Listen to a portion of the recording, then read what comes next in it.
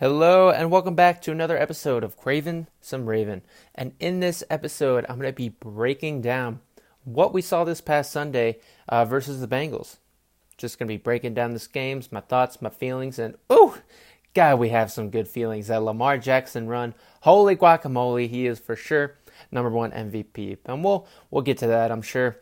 I'll do my obligatory hype up Lamar Jackson segment, which seems to be a common theme with this podcast, but just getting right into things. I mean, I predicted, I think I said something crazy like it's going to be 420, 69 to 0, just saying crazy shit, or like 55 to nothing.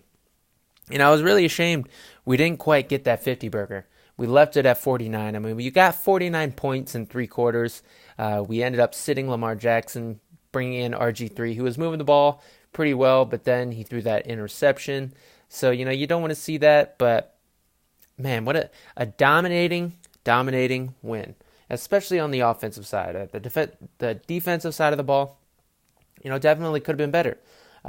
We allowed them to move the ball, but this team is proving that they're very opportunistic. The addition of Marcus Peters has proven to be one of the best pickups of Eric DeCosta so far in his very young GM career. All the additions he brought in, all the guys contributing. If you think about like Mark Ingram, who I think is one of the most underrated signings of this past offseason, coming to a new team and really just bringing leadership to the position. He's playing very well. He's got a ton of touchdowns. I think he's got like 8 now, maybe 9. I don't remember the exact number off the top of my head. But, getting touchdowns, but really what he brings is that leadership in the room and being the hype man for this team. I know I love it, and I think most Ravens fans, we love seeing him hype up Lamar, hype up the crowd, really just hyping everybody on the team up. He's a great quote. He says some great stuff. Big boy, no little boy, and that's what this game was. This was a big boy game. Now, I'm just gonna break down the offense maybe a little bit more, and then we'll hit the defense, and then Lamar Jackson and everything. I'll probably get to Lamar Jackson first. I'll sprinkle in the hype. I'll sprinkle in the hype throughout the whole thing, because this is the Purple Kool-Aid podcast, or the Craven Some Raven podcast, and I'm Craven Some Raven, and the only way I can get my fix, I need my hit, I need my NFL football, I need my Ravens, okay? And this was supposed to be the letdown game, and I remember when I was breaking down this game or previewing the game, I started saying that this is the trappiest of all trap games, right? But then mid me saying that, I'm like, no, but this isn't. Lamar Jackson can juke the trap, right? He sees it coming, and he will spin out of it. I mean, goddamn, this is another week and another Wikipedia page being updated to say they were murdered by Lamar Jackson. I fucking love the internet. There's someone this isn't the first time this year that someone edited a Wikipedia page, and this time it was Nick Vigil, and part of his Wikipedia page, it's born this time, plays in the NFL for the Cincinnati Bengals, and was murdered on November 10th, 2019 by Lamar Jackson. He's still on the loose. He's still on a murdering spree. We got a serial killer on our hands, and that is Lamar Jackson. Because, man, this offense, not just Lamar Jackson, this offense with Greg Roman calling the plays, they are hitting a stride right now. If you're looking at the grand scheme of things, you might want to say, hey, I want them to hit this stride a little bit later. But you know what? I think letdown games happen. I think, we can't expect the offense to dominate each and every week. But goddamn, they're doing their darndest to try and do that. I mean, I feel like as an NFL fan, you go on streaks of great play. Eventually, you will have the game where you don't play as well.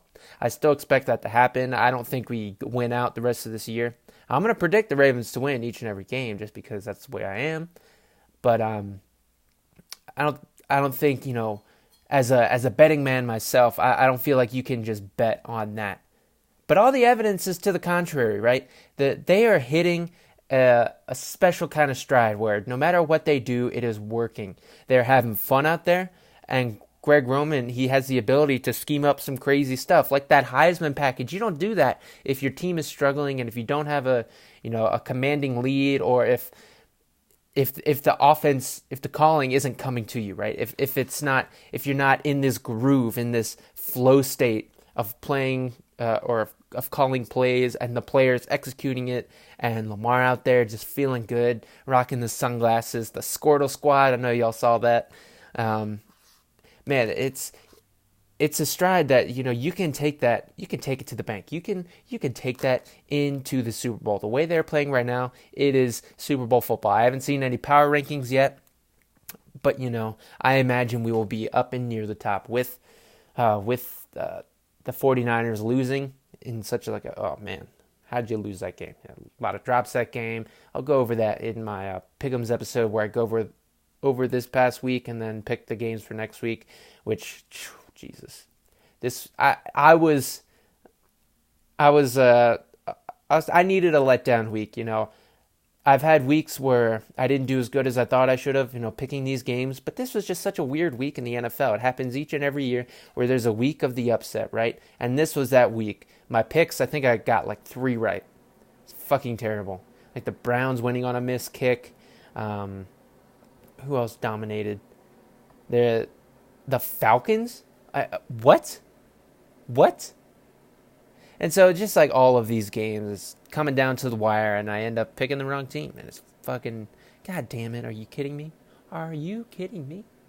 But like I said, I'll get to that in another episode. So this wasn't the best week for my picking of football. It was a great week for my fantasy. I went 3-0 in all in my 3 leagues that I am in. But what matters, right? What you're here to listen. What you're here for, really, is to hear me talk about this Ravens football. And that's really all that matters. I could lose at fantasy. I could get my picks wrong. I could lose money in gambling, in my sports bets. But you know what? If the Ravens win, it's all kind of canceled out. Now, if all that happens and the Ravens lose, then that's a bad week. And that's why, I kind of took the week off after that Browns game. I know my guy AT was on me for that. Hit me up in the comment section. Well, where you at? That Browns loss really hurting you? Yes, it did. I am craving some Raven, right? It's the name of the podcast, but it's the way I live my life. It's the way I think if you're listening to this, you do as well, because I'm craving some Raven, man. I got a fever, and the only prescription is some more Ravens wins, baby. And this was great. And the offense, man, like I said, I was talking about the offense, right? They are hitting that stride, like I was saying. And they are looking good, having fun. The run game wasn't up to par, right? They only got 134 yards this game. I'm pretty sure that's what the number was. I don't have the stats in front of me, but that's from what I remember seeing. Are you fucking kidding me? Only 134 yards? What is this, amateur hour? No. When your team is averaging over 200 yards running, you get upset when they only get 134. But you can't be upset, especially when you win 49-0. Obviously, a couple of defensive touchdowns, but like I said, we'll touch on that. We'll touch on that when I talk about this defense. But this offense, cooking. And this is, I think this game was very similar to the Seahawks game. Maybe not score-wise, I've obviously different opponents, but from the standpoint of they start hot and finish hot, at least with Lamar Jackson. Obviously, Robert Griffin went in there, and he didn't have as much success. They were moving the ball, but then he turned it over, and then they had like a 3-and-out, I think, or not a 3-and-out, but they had to punt the ball. Sam Cook's first punt and only punt of the game came with a little over a minute left. That's the kind of football you need.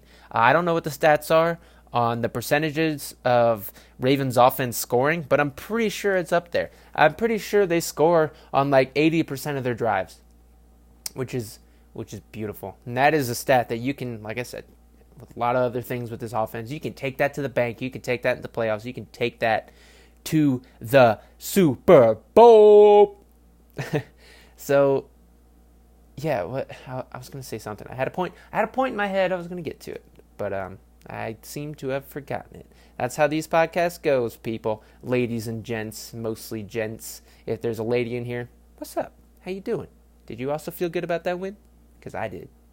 Ladies, we got the W. Yeah, man, that Heisman package, That's something no one else can do. I don't know if there's ever been 3 Heismans on one team. I know for sure there's never been 3 Heismans in one backfield. I remember hearing people talk about that, and that's amazing. That's what you can do when you're having fun out there, when you're hitting this stride. And Lamar Jackson is playing at an out-of-world level. But getting back to that run game I was talking about, only 134 yards. What the hell, guys? What the hell? But it didn't matter because they were passing the ball. With Lamar Jackson to Hollywood on the first play of the game with the fuck you pass of the year.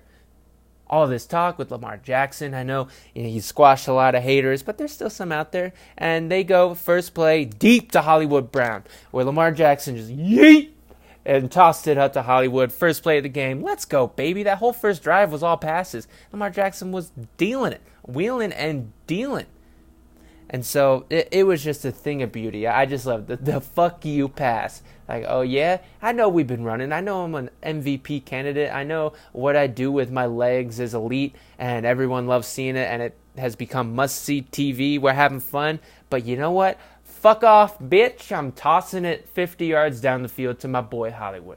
And Hollywood, he isn't even fully healthy yet. He might never be fully healthy this season just because he keeps running on that foot, and foot injuries are always weird and crazy, but he is still just that much faster. He is obviously the fastest wide receiver on our team and possibly in the AFC. We got Tyreek Hill. So I think it goes Tyreek Hill, then Marquise Brown. I feel like with a healthy Hollywood Brown where we can trot him out there on every single play, because we use him sparingly. He is definitely 100% on a pitch count. There's a reason. I think a lot of this Ravens offense, they predicate off the run game, and so maybe they want to put in Miles Boykin and Willie Snead just because they're better at blocking. But I think what you get with Hollywood Brown, that ability to scare a defense. Would you rather have a wide receiver blocking somebody or a guy who can just take off and take the man out of the play without even having to put a hand on him? You pick your poison. But once, he's getting healthier, but like each and every week he's getting more and more healthy. Maybe it'll increase. I just don't want him to re-aggravate it. That's why I'm glad use the pitch count. Don't use him, at a high play count until you need him, until it's playoff time. And it's all right, Hollywood, we're going to need you to catch 3 long bombs. And he's producing, man. I don't know where he stands with the, yards per catch, but I'm pretty sure he's up there.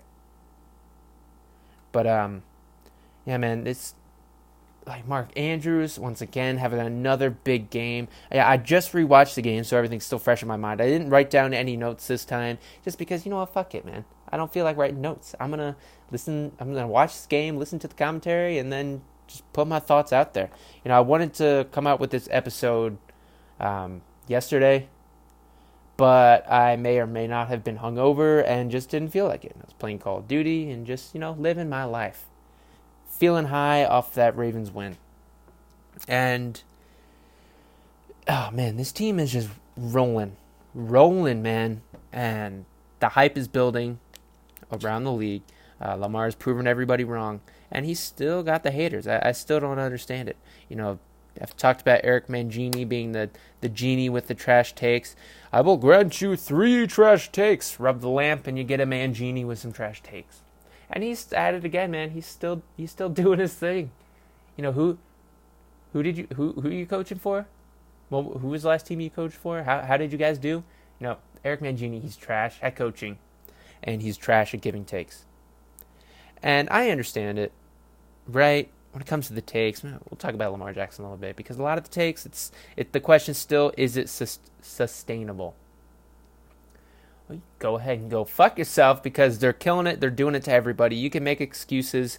And this is, as Ravens fans, right? I feel like, that classic phrase, the squeaky wheel gets the grease, right? So all the hate is what I hear and want to listen to. There's a lot of people, a lot of national media members, and a lot of other, just NFL fans hyping up the Ravens and hyping up Lamar Jackson, and they're all in.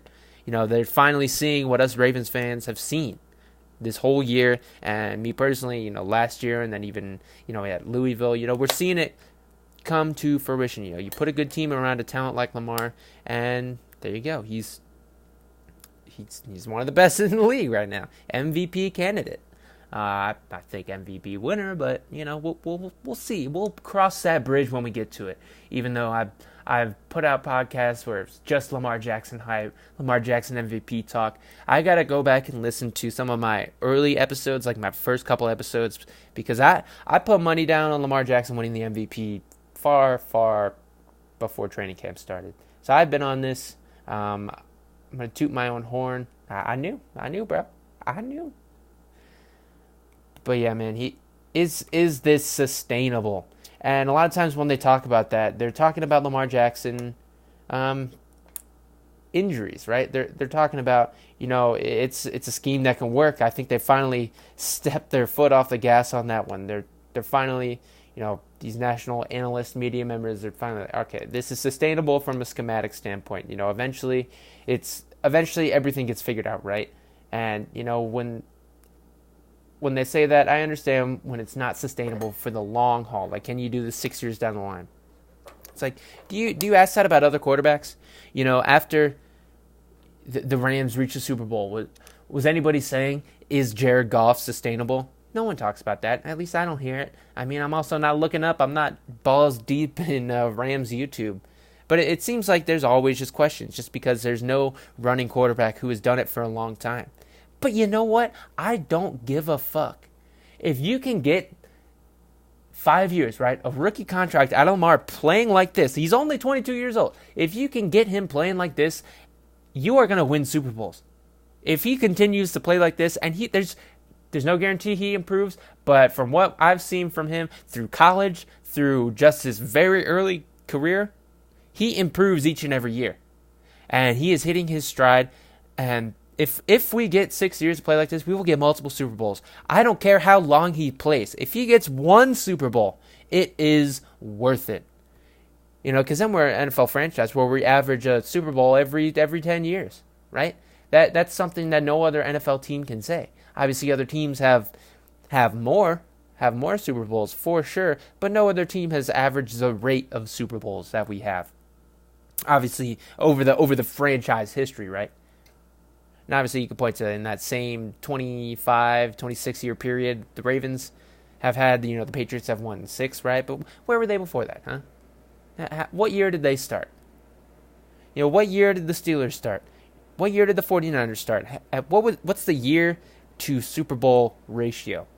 I feel the Ravens are definitely up there, right? This is a franchise that knows how to win. They haven't had a dynasty, but I think with Lamar Jackson, this is the start of a dynasty.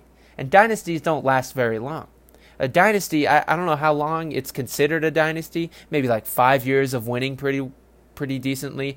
Getting to the top of the heap, I guess, each and every year. That's a dynasty, right? 5 years. The Seahawks had a dynasty. They went to the Super Bowl 3 times in a row.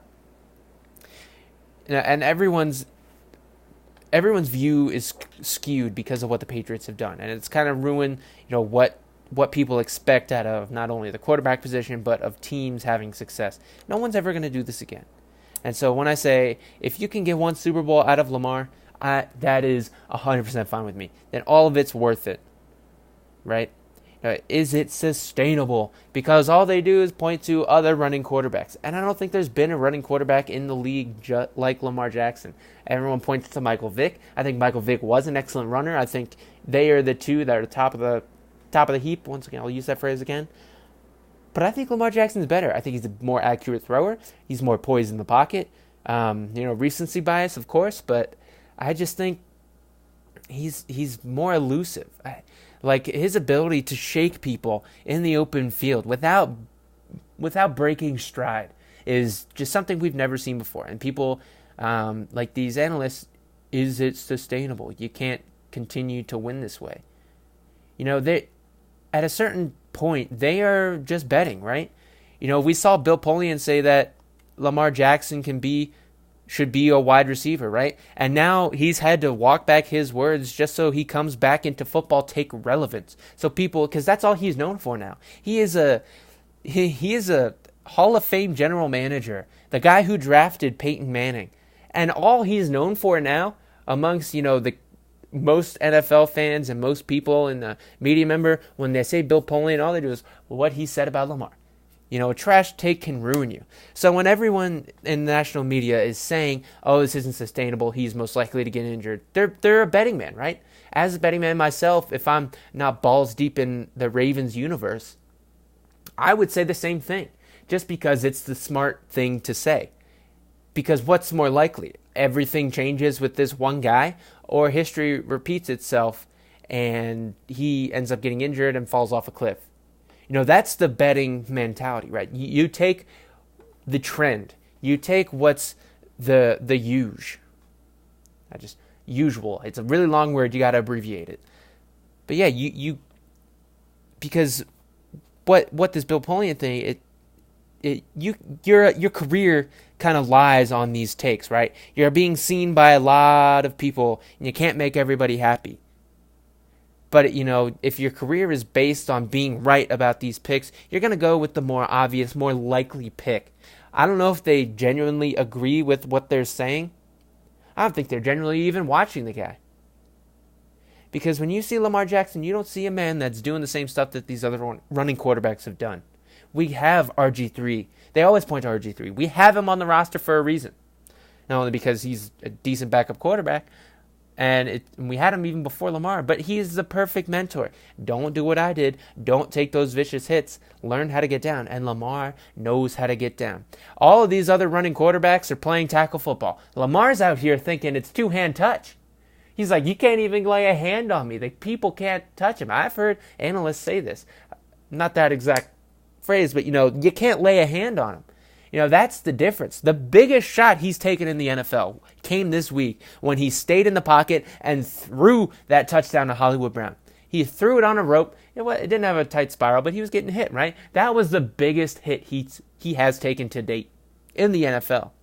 And like I always say about Lamar Jackson, and what I implore all of these national media members to do who continue to say he's going to get injured doing this, is go ahead, watch the tape of him in college. You go ahead and watch that tape, and then watch the tape of him in the pros. Who gets hit harder? I'll wait. I'll wait you to look it up, Mangini. Oh, you're too stubborn and too dumb? Well, I'll tell you. He got hit way harder and way more frequently in college. Because he came into the league, he's human. He hears everything. I imagine not everything, but I'm sure he heard all the talk. It says he's going to get injured doing this. You can't do this, can't do that. Aaron Rodgers, you got to slide a little bit.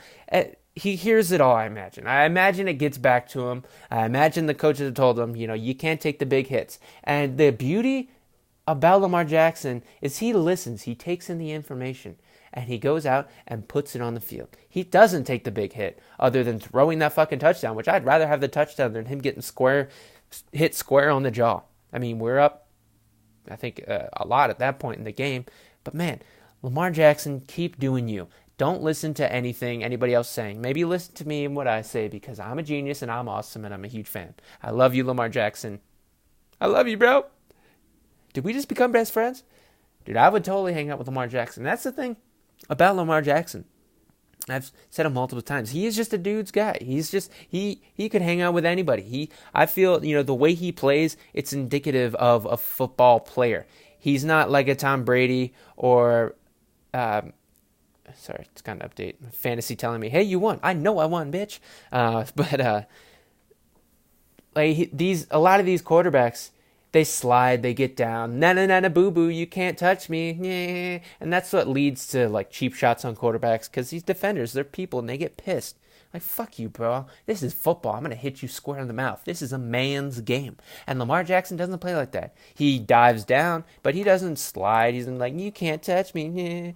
He doesn't do that type of shit. He's not put on a pedestal, and I think defenders around the league, they respect that. I think players around the league, I think everyone on the Ravens team respect that, not only because of his play, but because he's out there playing football.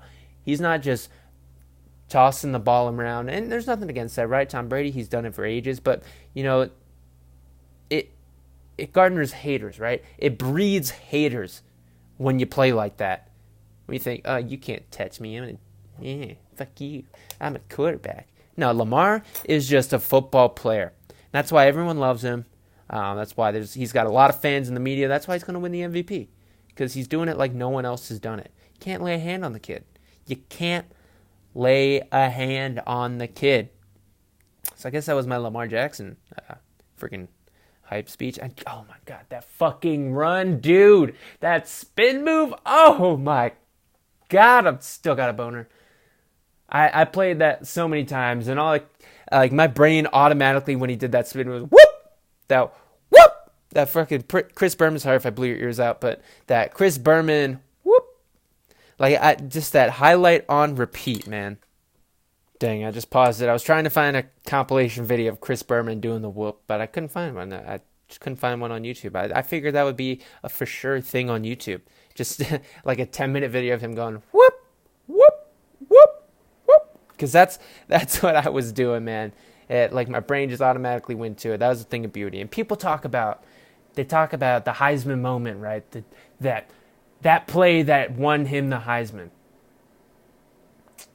You know, there's MVP moments like that too, and that was definitely one of them. You know, Lamar Jackson is a guy. I was actually talking with Joe Nubo on his channel, and if you listen to this, you should definitely give him a look. He's a Ravens YouTuber. I'm sure if you're listening to this, you've also listened to him. And so I was on his podcast, got to put my ugly mug up there, got to do a short little interview. What I was saying, and what I've said in the past, is that, you know, Lamar Jackson, he adds to his highlight tape each and every week. You know, there's a lot of good NFL players, a lot of great highlight videos out there of the all-time greats. But not all of them can put a highlight in each and every single game. The guy is consistent with his whoop, right? He just does it each and every week. The consistency of Lamar is that he's going to make people look stupid. And honestly, I think it's only going to get worse because more and more teams are just seeing it. They're looking like, all right, when are we facing him? We're facing him next year? Oh, fuck. And these defenders are seeing these other NFL defenders getting schooled, swiping at air, looking like freaking fifth graders out there. Like they just joined the middle school team, like, oh, I'm going to get a tech. Oh, you buy me. Damn it. Like Lamar Jackson, it looks like he's going against high schoolers out there. And he's putting up high school numbers, right? There's tons of legendary high school tape out there of NFL players back in high school. Just the most dominant player in high school football ever. And Lamar Jackson's doing that to the pros. And so these defenders in the NFL see it on tape. They're like, man, that ain't going to be me. I don't want to be on his highlight package. And so what that does is it causes them to play differently. Instead of attacking Lamar, they kind of sit down, right? They sit back and try to break down and get square to him. But Lamar Jackson at full speed can cut on a freaking dime, and it makes it even worse. So it's like almost like a self-fulfilling prophecy, or like, you know, before you play Lamar, getting ready, like, all right, we got to break down and we got to keep him in front of us. But the second you stop moving and don't try to attack him, he's going to school you even worse, right? And yeah, Lamar Jackson, they did like some option plays. There, I think 3 option plays in the game, 2 to Mark Ingram and 1 to RG3. And 2 of those, the first one to Mark Ingram and the one to RG3, it looked like Lamar could have taken it and gone just as far, if not further. And the way it was is because these defenders were doing what I was saying. They got super close to Lamar, like within a yard of Lamar, and they weren't even going for the tackle because they're expecting him to pitch it. And it's like, Lamar, if you just take that, you're getting an extra 10 yards, and with your elite ability, you're going to make someone else miss too. Add to the highlight reel, bro. Add to the highlight reel. And, you know, he balled out so much. Take him out in the fourth quarter. Game's over, bro. You deserve to sit down and rest. Another perfect quarterback rating. You know, only the second player in history to have 2 perfect passer ratings in one season. The only quarterback to ever have 2 perfect passer ratings away, like not at home, away in the same season. I think the most perfect passer ratings is 3. And he's done it in 2 seasons. You know, you look at the numbers and it's like time it took them to get to these numbers of passer ratings, to get to 2 passer ratings. He's at like 16. Everyone else is like 105, 58, you know, just seasons, right? And he only threw it 17 times, right? But man, That's all you got to do, because that's how elite this guy is. And everyone in the NFL is on notice, because he's proven week in and week out that it's unstoppable, right? I talked about it at the very start that, you can't bank on this continuing to be unstoppable just because that's the way the NFL is. Any given Sunday, blah, blah, blah, all that bullshit. But man, if you're a betting man, you bet on Lamar Jackson, right? That is a bet you will win more likely than not. And I'm sure he'll have a bad game. He's had worse games this year, but he's hitting that stride, and I love it. So finally and eventually, I guess I'll get to the defense. Jesus Christ, man. 30 minutes in. It's about goddamn time. I mean, this is what you came here, right? You came here to listen to me talk about the Ravens defense. Am I right? This is a Ravens team built on defense. But no more. Now we're built on Lamar Jackson. But we still got to talk about the defense because they played excellent as well. This team was the number one defense last year. They were smothering. People couldn't move the ball on us, and they were the number one defense. But this year, we're having issues, right? We're not as smothering as we used to be. But we are getting the ball. We are getting our hands on the ball. This team is opportunistic on defense. I mean, 2 defensive touchdowns in one game. Go fuck yourself. That puts us at 5 on the year and leading the league. Marcus Peters with his, I guess, 3rd pick 6 of the year. 2nd with the Ravens, and he's only been here for like 3 weeks. What? Whoop, what? Including that bye. So, I mean, wow. Just wow. So I guess he's been here for 4 weeks. And it's, what kind of defense would you rather have? Would you rather have that defense of last year, just super smothering? Or would you rather have the defense that, they give up a little bit because they were running the ball on us this game? Would you rather have that and us getting interceptions, getting touchdowns on defense? I think you would, right? I think I'd rather have this team, because the one stat that's most indicative of victories is the turnover battle. You don't turn it over on offense, and you turn it over on defense. And I think it's something crazy, like when you win the possession battle, the turnover battle, it's like an 80% chance of winning. It's super indicative. Give Lamar the ball back too, and he will drive. Like I said, they score in damn near every possession, so it's a thing of beauty. But this defense has been opportunistic as fuck. We've dealt with a ton of injuries, and it's no bueno. And the Bengals, they were moving the ball, right? They were getting passes where it's like, damn, just right there. But they were turning it over, man. There was even, like, late in the game, there was, I think, 2 other passes where it's like, oh, we should have caught that. We should have got that pick. There was one to Brandon Carr. He got both hands on it. He just didn't drop it. There's one with Jimmy Smith. He went low. He almost had it. And it's, damn, bro. That's why you play defense. The old classic, whoa, that's why you play defense. Oh, classic. I mean, but these guys, they're getting their hands on the ball. They're causing fumbles, and they're hitting. And that's what you need. This defense can continue their streak.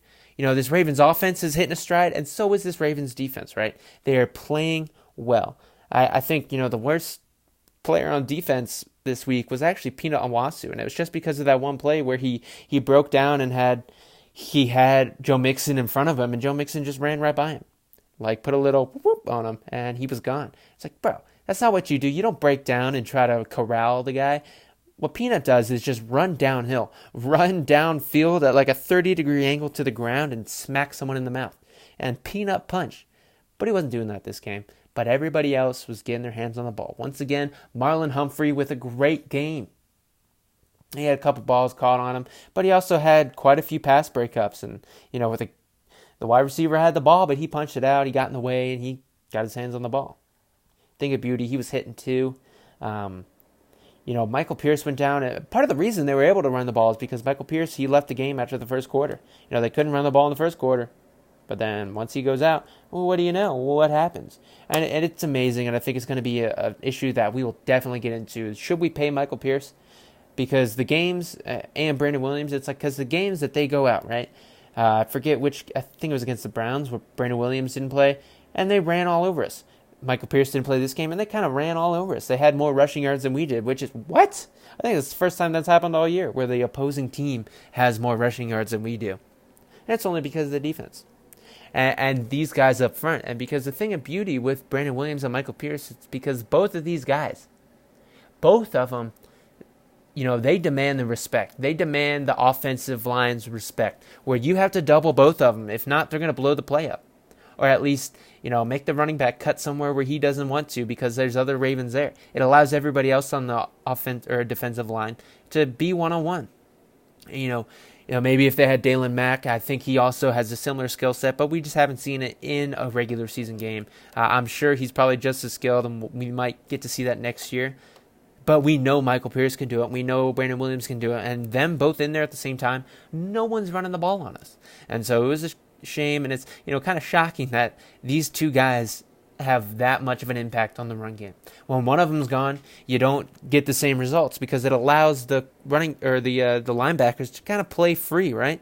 It allows them to kind of run around and find the hole and hit the hole that they want to hit. It gives them options because there's four offensive line trying to block these two guys, leaving everybody else one-on-one. It was awesome. Tyus Bowser, he got into the end zone. He got his first scoop and score, which was a thing of beauty. And I thought he played very well. I thought he got pressure on the quarterback pretty consistently. Same with Matthew Judon. I thought he got pressure on the quarterback consistently. Even Zach Seiler was getting a lot of play, like I said, because of Michael Pierce being out. So he was getting a ton of playing time. And he got into the backfield quite a few times, just couldn't quite get to the Finley man. Couldn't quite finish the finisher. Either way. We'll work on a nickname. Anyways, he was getting to him. But with that Tyus Bowser fumble 6, man, that was a Pat Ricard play. I mean, my God, I might get a Patrick Ricard jersey. I haven't bought a jersey in forever. And the only reason is because I just don't like wearing jerseys. I don't like having someone else's name on my back. It's kind of a dumb thing, and it shouldn't take anything away from people doing that. I think it came from like a mushroom trick I took, and I was wearing a jersey, and I was like, this isn't even my name. Who the fuck am I? Like, get your name off my back. I am me.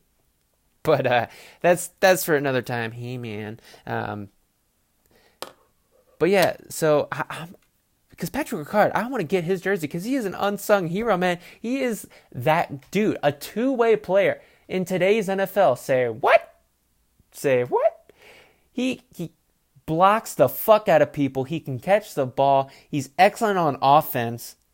And then he goes in on defense and gets pressure on the quarterback and causes a fumble. What? I don't know. Has he done this before where he's gotten a fumble and a touchdown? I remember hearing that once. Maybe it was the preseason or something. But, I can't wait in a regular season game for him to catch a touchdown and to cause a fumble in the same game. Now, that is a two-way player. That is efficiency when it comes to one player. Doing two things at a high level, that's how you win, baby. And you need players like that. People going above and beyond what they're getting paid. I'm pretty sure we signed him to extension, but he is worth way more than whatever we paid him. I don't know what we're paying him, but he's worth more, right? And man, yeah, Pat Ricard, I just super impressed. I love his attitude, love his style. Came in, got into the doghouse because I guess there was some kind of tweets or something that resurfaced. He got in the doghouse, came back, and it's like, oh, fuck, are we going to resign him? He was kind of an afterthought, right? But I think Greg Roman came in the room and was like, no, we need this motherfucker. And then Wink Martindale was like, we can use him, man. He's still good. He's still a good defensive lineman. And he was undrafted. Beautiful. Beautiful, beautiful, beautiful. Anything else on the defense that I thought was of note? Yeah, man, they just getting their hands on the ball. That's all you can ask for. You win the turnover battle, and like I said, I don't think you can just continue and guarantee that we are gonna get touchdowns on defense.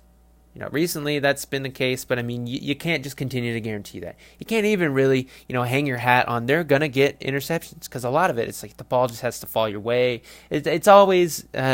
There's always a little bit of a luck factor when it comes to turnovers on defense. But they have been playing lights out, and they're doing all they can to continue to do that. They could have had more.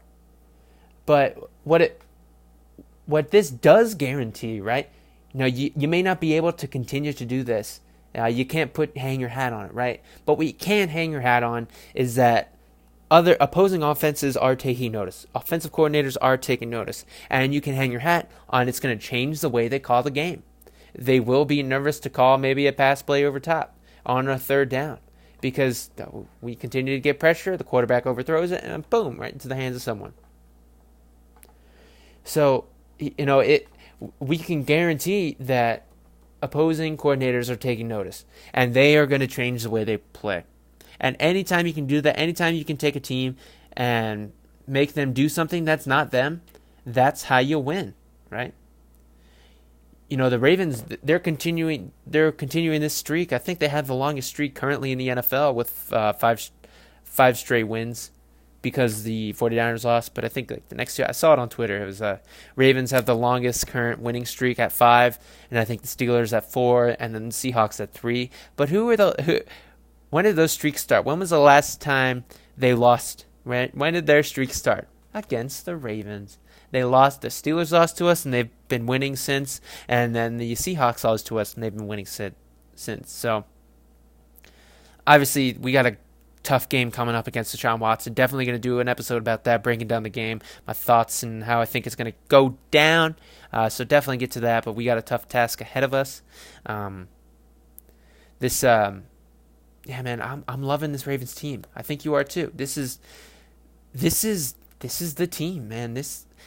I watch Red Zone all day, and it's who's consistently playing great. It's the Ravens, man.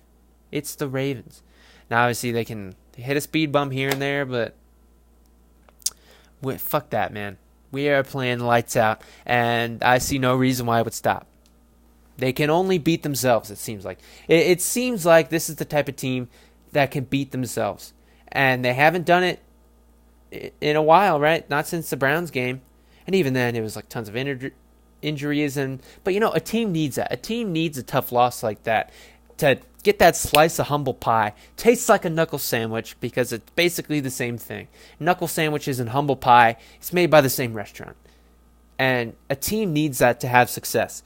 A team needs some adversity, right, to get over, to come together as a team and say, bro, we got to get better. We got to hold ourselves accountable. And then you go out there and do that. You need that extra step. The Ravens don't win in 2012 if they don't lose in 2011.